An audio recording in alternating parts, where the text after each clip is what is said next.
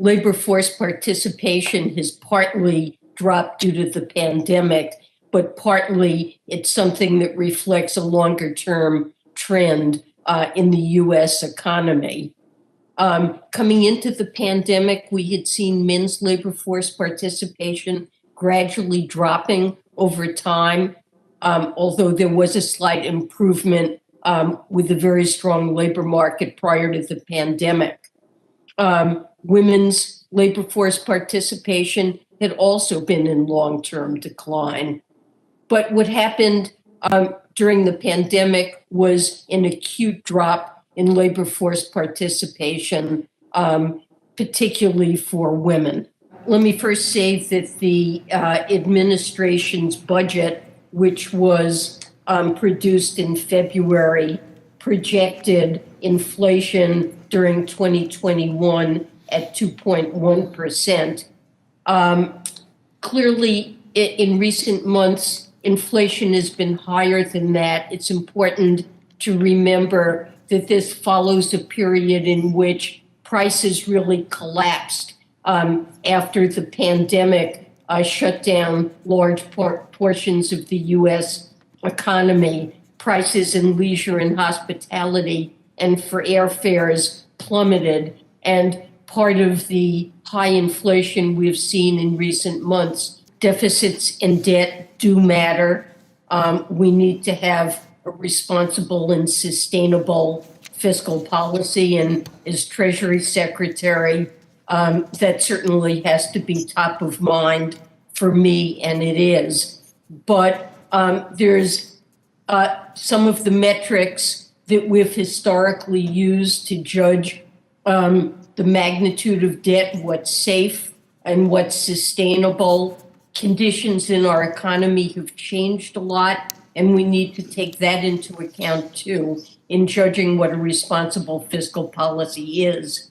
The Fed has established a goal of 2% inflation on average, and has done a great deal to justify why that's a sensible goal. It is the case that interest rates have been very low.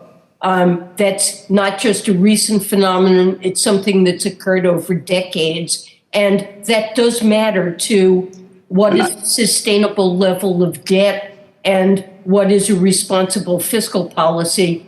I don't believe that we're at risk of hyperinflation.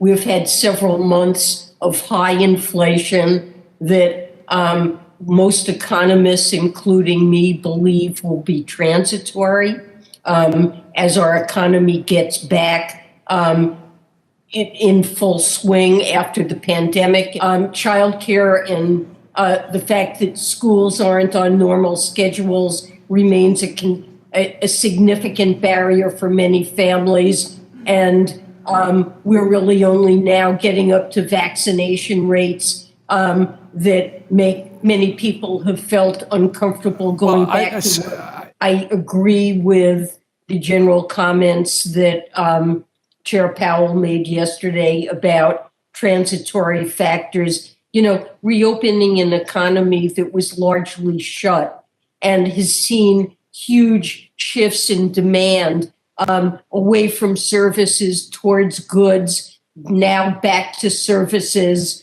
and is suffering from a number of bottlenecks, a shortage of semiconductors that's affecting the car industry, lumber shortages and the like. This is a bumpy reopening.